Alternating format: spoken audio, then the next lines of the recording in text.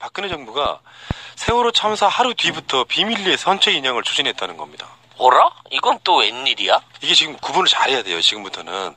그러니까 뭐야? 이렇게 생각할 수 있는데 바라보는 관점의 차이가 있습니다. 예를 들어서 가장 무서운 게 일단 배가 뒤집어진 이후에 아이들이 살아있었을 거라고 생각하지 않았다는 부분이 될 수도 있지만 무언가 세월호를 인양해야 되는 목적이 따로 있었을 가능성도 있는 거라고 생각이 들어서요. 여기서 지금 우리가 구원파 분들로 오셔가지고 인터뷰했잖아요. 그때 저는 어떤 면에서 보면은 그분도 잘 모르실 거라고 생각이 들어서 다 배제를 했는데 구원파 분들 이야기 중에 저는 가장 깊이 있게 들었던 건 딱 하나였습니다. 그게 언딘 부분이었어요.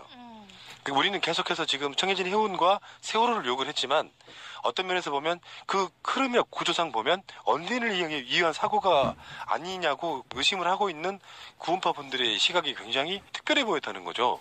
해경이 세월호 인양 작업 계획을 참사 하루 뒤부터 그걸 세웠다라고 하는 것은 뭔가 우리가 분석이 좀 필요하다고 생각해요. 아니 근데 그때 참사 나고요. 언론에서요.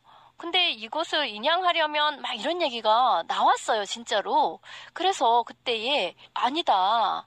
지금 안에 아직 사람이 있는데 이것을 인양하네 뭐네라고 하기보다 먼저 사람을 아직 살아있을 가능성도 있으니까 구조를 하는 게 먼저인데 왜 벌써 인양 이런 소리를 하느냐 이렇게 얘기를 했었다고 그때. 근데 이들은 어쨌든 인양 근데 그 인양은 누가 하는 거냐면 언딘이 하는 거죠. 언딘은 구조자로 온 게 아니라 이걸 인양하는 업체로 선정이 된 거잖아요. 그리고 지난번에 그 구원파 그쪽 사람들도 나름 자기들이 피해자인데 가해자로 둔갑되었다라는 것 때문에 누명을 벗기 위해서라도 열심히 그들도 파고 있었다는 거잖아요. 이 사건을. 근데 그 사람들이 가지고 있는 잠정적인 결론은 그런 거였죠. 자기들을 통해서 그러니까 세월호 청해진 해운을 통해서 뭔가를 빼먹으려고 했던 것이 아니라 언딘이라는 업체를 통해 가지고 관련된 어떤 경제적인 이익 같은 것을 빼먹고 사실은 사람이 이렇게 죽을 것까지는 생각지 않고 사람은 살리고 배는 깔아앉고 거기에서 배 건지는 데에 언딘이 엄청난 특혜 주고 거기에서 돈 빼먹고 사람은 살렸으므로 그 이전에 관련되었던 정치적인 그런 사건들 묻히고 영웅담 나오고 이런 식으로 계획을 짰던 것이 아니냐라는 그 이야기 저도 굉장히 인상적이었어요. 이게 이제 어느 정도 신빙성을 좀 더 보탤 수 있는 게 이거 아까도 얘기했지만 최 여사의 루틴이야 기본적으로. 모든 거를 사전에 돈으로 연관시켜 놓고 이거를 이 일을 저질렀을 때 어떤 놈을 시켜서 일을 저지를 것인가에 대한 사람을 꽂아놓은 다음에 이 일이 벌어졌을 때 생길 수 있는 매출에 대해서 선보를 땡겨가는 거지. 그러니까 만일 언딘이 어떤 형태로든지 이 인양을 세월호 사고 이후에 받을 걸 이미 알고 있었고 그렇다고 치면 고의적 침몰도 충분히 연관이 될 수 있는 부분이잖아. 왜냐면 세월호의 사고 자체가 경제적으로 아무 도움이 될 거는 없지만 뒤에 언딘이 해야 될 해양 군안에 관련된 또는 인양에 관련된 내용들이 사업적으로 미리 계획이 있었다고 치면 세월호 사고는 최소 3천억짜리 이상의 일종의 특혜 사업이 되는 거죠. 특혜 프로젝트, 단독 프로젝트가 될 수 있는 사업이었다는 거지. 만약 그런 전제로 보고 그래서 그 다음 날부터 자 원래 계획돼 있던 대로 이제 인양하는 업체한테 넘겨라는 과정까지 일사천리로 진행됐을 가능성이 있다는 거야.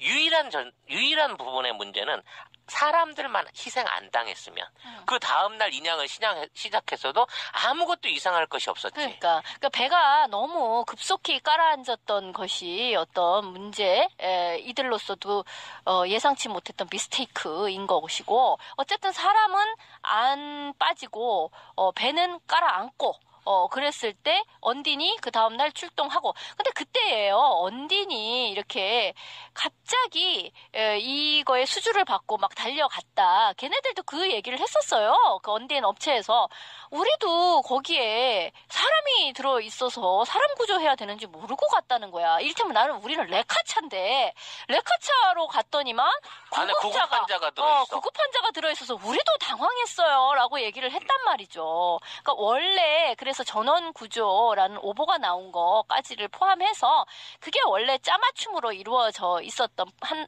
통의 프로젝트였는데 거기에서 사람이 탈출하지 못하고 같이 빠지게 된 거에서부터 스텝이 꼬이기 시작을 했던 것이 아니냐 이렇게 보는 시각인 거죠.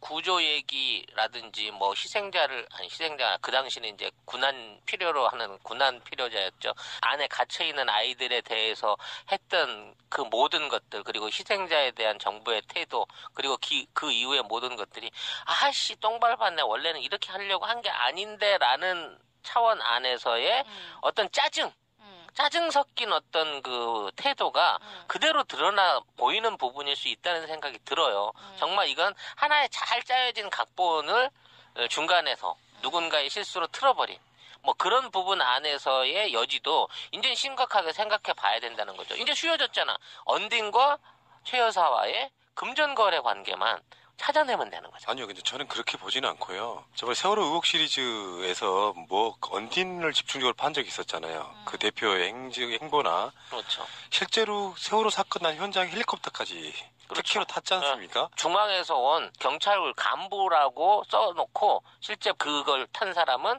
민간인이었던 언딘 사장이었죠. 그러니까 언딘은 온갖 특혜를 받고 컸는데요. 우리가 생각하는 것처럼 단순하게 어떤 정경유착에 있어서의 정치 인출 잘 돼가지고 그런 게 아니라 이런 의심을 해볼 수가 있습니다. 국정원이 투자한 사업이라고 생각해 보시면 이게 좀 끔찍해져요. 이건 추정일 뿐이에요, 물론. 근데 언딘이라고 하는 회사가 초고속 성장하는 데 있어갖고 그 과정들이 석연치가 않고요. 해경 출신 뭐 이런 등등이 쫙 유착이 돼 있잖아요. 그러니까 단지 해경이 문제가 아닌 것 같다는 생각이 드는 게 그러면 그 당시에 세월호 사건 나고 나서의 국정원 직원들이 이상한 뻘짓거리 한 것도 굉장히 많이 드러났지 않습니까? 근데 그 해경만으로 그건 저는 설명이 안 된다고 보고 국정원이 지금까지 항만 골프장 같은 데 투자했던 어떤 경력들을 미루어보고 그리고 언딘 자체가 이상하게 초고속 성장을 하는 데 있어서는 언딘 자체의 출생 성분 이런 것들이 여러 가지 의심을 할 수는 있습니다. 뭐 이명박 정부 당시에 아는 지인의 특혜를 몰아주는 업체 또 해경들이 짬짬이면 뭐 업체 이렇게 몰아줄 수도 있지만 그 진짜 조치는 국정원이라든지 이런 데 수입 사업이라고 양호공제 같은데 수입 사업이라고 볼 수 있다라고 한다면 이 세월호 사건의 사고의 원인이라든지 그 과정이 언딘을 중심으로 바라볼 필요가 있다는 것이 이번 문건으로 저는 나온 거라고 보는 거거든요.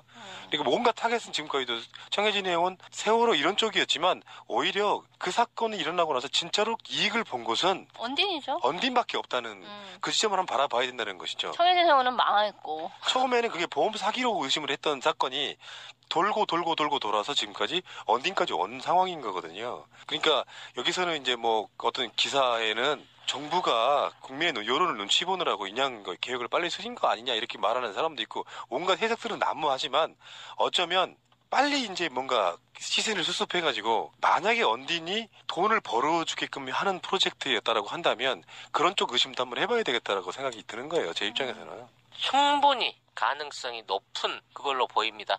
역시 범인들은 그 나름대로의 어떤 루트 안에서 가장 동일한 냄새의 흔적, 그 분위기를 남기잖아요.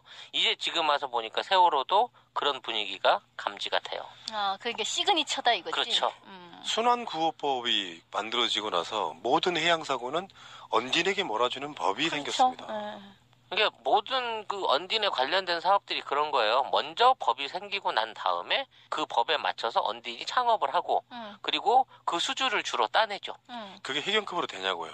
그러니까 더 윗선이 있는 거지. 아, 그리고 뭐 그 관련해서 그 당시에 언딘과 관련된 미심쩍은 것도 너무너무 많았어요. 그러니까 왜 언딘이 오기까지 그렇게 기다리고 있었느냐.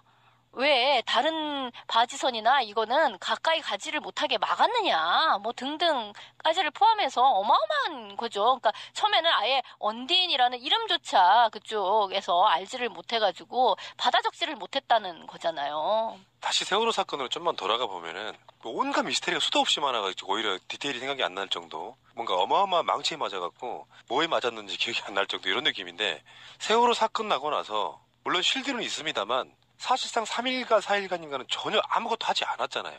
그렇죠. 그리고 민간 잠수사들이 못 들어가겠죠. 그렇죠. 그때 우리가 어떤 의심을 가졌냐면 그러니까 뭔가 미션을 받은 잠수사들이 들어가서 미리 때릴 것이 있었다라고 의심을 해왔었거든요. 뭔가 결정적인 뭔가를 떼와야 되는 상황. 음. 그렇기 때문에 민간 참사들이 들어갈 수가 없는 상황이었다라고 의심을 해왔단 말이에요. 그리고 나서 사실상 이런 말이 좀 너무 마음이 아프고 세월호 뭐 천일 맞춰서 이런 말 하는 게 정말 다시 한번 마음이 아프지만 아이들이 죽고 살고는 하나도 안 중요했던 정권이었었거든요. 근데 거기에는 교묘하게 드러나지 않는 곳에서 국정원 직원들이 뭘 부르네 마네 어디에 무슨 전화를 했네 온갖 이야기들이 지금 팩트로 드러나고 있는 상황이라고 하면 이제는 언딘 또 지금 이름도 바뀌었어요. 가리하는 느낌이에요. 명찰 가리하는 느낌인데 포대가리. 네, 그런 느낌 속에 지금 언딘과 국정원이라든지 꼭 국정원이 아니라고 할지라도 권력기관과의 유착을 수사하지 않는다면 세월호 사건의 진상은 안 드러납니다. 그래서 지금 세월호 사건의 핵심은 이제는 언딘으로 바뀌어야 된다. 가장 혜택을 본 이득을 본 바로 그런 집단 말이에요. 근데 아직도 그 세월호가 인양이 안 되고 있다니 참. 그 당시 인양 계획을 세웠다고 하는데 아직도 인양이 안 되고 있습니다. 세계 해난 구조 회사들한테 물어보면 웃긴다 그럴 거예요. 수심 100m도 안 되는, 50m도 안 되는 바다 밑에 가라앉아 있는 6, 7천 톤급의 배를 인양하는데 3년째 헛발질을 하고 있다 그러면 웃는답니다, 이제. 이거는 뭐 우리가 과학적인 분석을 해서가 아니라 어떤 흐름상 세월호는 썩어 문드러질 때까지 인양 안 한다. 그래서 계속 작년이죠. 2016년에도 굉장히 어마어마한 이슈가 터질 때마다 해양수산부는 몇 월까지 인양하겠다를 계속 딜레이 시켜왔거든요. 아직도 인양을 안 하고 있습니다. 그러면 고의적인 지연 인양이라고밖에 볼 수 없잖아요. 그러니까 세월호는 지금 세 가지 의혹이 시달리고 있는 겁니다. 고의 침몰설, 고의 미구조설, 고의 미인양설까지. 그러니까 세월호는 의혹이 생길 수밖에 없는 겁니다. 이게. 도대체 뭔 짓을 해놨길래. 그래서 지금 구원파에서 얻었던 또 다른 소중한 정보 중에 하나가 그런 게 있었거든요. 세월호 좌현 쪽 무슨 문 있죠. 그렇죠. 바다로 나가는 문. 차 실기 네. 위해서 원래 이렇게 뚫어놨던 게이트 같은 그 문. 그 문 아래쪽에 분명히 파공이 흔적이 있을 가능성이 높다. 배가 무너지는 과정이나 이런 걸 보면 그런 측면까지 이야기를 우리가 해온 상태이기 때문에 세월호는 정말 가장 밑바닥이 40m 정도밖에 안 되고요. 배의 높이까지 생각하면 사실상 30m 정도도 안 되는 곳에 세월호가 지금 밑에 있는 거예요. 30m면 10층 빌딩 높이 정도밖에 안 되는 곳에 세월호가 지금 바로 밑에 있단 말이에요. 근데 그걸 아직 그냥 안 하고 있다 하면 김병만은 거기 내려가서 가재 잡아갖고 올라옵니다, 매주. 근데 거기에 무슨 뭐 여러 가지 원인을 들어서 아직까지 그 짓을 못 하고 있는 거라고 하면 이거는 굉장히 심각하죠. 그러니까 꺼내놓을 수가 없을 만큼 훼손이 됐다라고 보는 게 맞지 않겠어요? 일단은. 그러니까 거기 안에는 지금 비밀이 뭐가 많이 남아있다가 아니고 훼손 자체에 쉴드를 칠 수 없을 만큼 많은 훼손이 되다 보니까 당장 꺼내놓지를 못해서 더 삭게 내버려두는 난 그것이 가장 합리적인 의심이라고 봐요. 2년 반, 3년에 가까운 시간 동안 인양을 안 했다라고 하는 것은 그 사이에 뭔가 작업했다는 건 우리가 다 아는 얘기지 않습니까? 온갖 우리 모르는 사이에 온갖 것들이 들어가서 작업을 했다고 하면 이 부분에 있어서 뭐 어느 날 갑자기 그러다가 찔리는 게 있으니까 무슨 인양을 위해서 몇십 개의 구멍을 냈다는 이야기는 자기들끼리 해요. 우리가 가서 직접 들어가서 본 것도 아니야. 그러면 증거인멸은 어쨌건 다 끝났다고 보고 그걸 꺼내놓으면 국민적인 분노가 생길 것 같으니 아예 더 썩게 내버려 두자. 이게 저는 세월호 인양이 지연되는 대표적인 이유라고 저는 보는 거거든요. 아무튼 매우 화나고 매우 분노스럽지만 아직도 이 인양을 막고 조사를 막고 여기에 관련된 그 국정조사와 청문회를 막고 있는 세력들이 남아서 발악하고 있는 이 대한민국이 참 싫어지네요.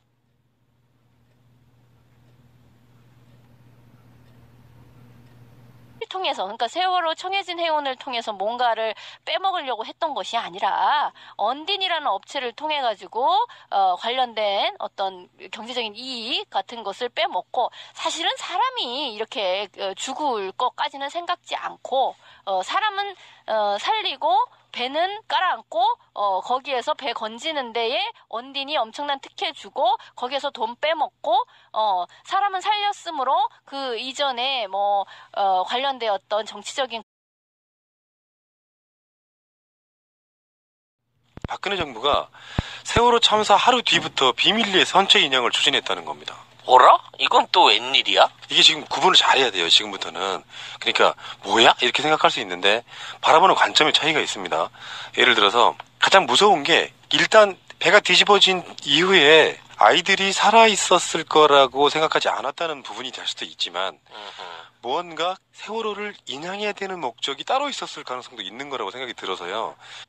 인양 근데 그 인양은 누가 하는 거냐면 언딘이 하는 거죠. 언딘은 구조자로 온 게 아니라 이걸 인양하는 업체로 선정이 된 거잖아요. 그리고 지난번에 그 구원파 그쪽 사람들도 나름 자기들이 피해자인데 가해자로 둔갑되었다라는 것 때문에 누명을 벗기 위해서라도 열심히 그들도 파고 있었다는 거잖아요. 이 사건을. 근데 그 사람들이 가지고 있는 잠정적인 결론은 그런 거였죠. 자기들을 여기서 지금 우리가 구원파 분들로 오셔가지고 인터뷰했잖아요. 그때 저는 어떤 면에서 보면은 그분도 잘 모르실 거라는 생각이 들어서 다 배제를 했는데 구원파 분들 이야기 중에 저는 가장 깊이 있게 들었던 건 딱 하나였습니다. 그게 언딘 부분이었어요. 우리는 계속해서 지금 청해진 해운과 세월호를 욕을 했지만 어떤 면에서 보면 그 흐름이나 구조상 보면 언딘을 위한 사고가 아니냐고 의심을 하고 있는 구원파 분들의 시각이 굉장히 특별해 보였다는 거죠.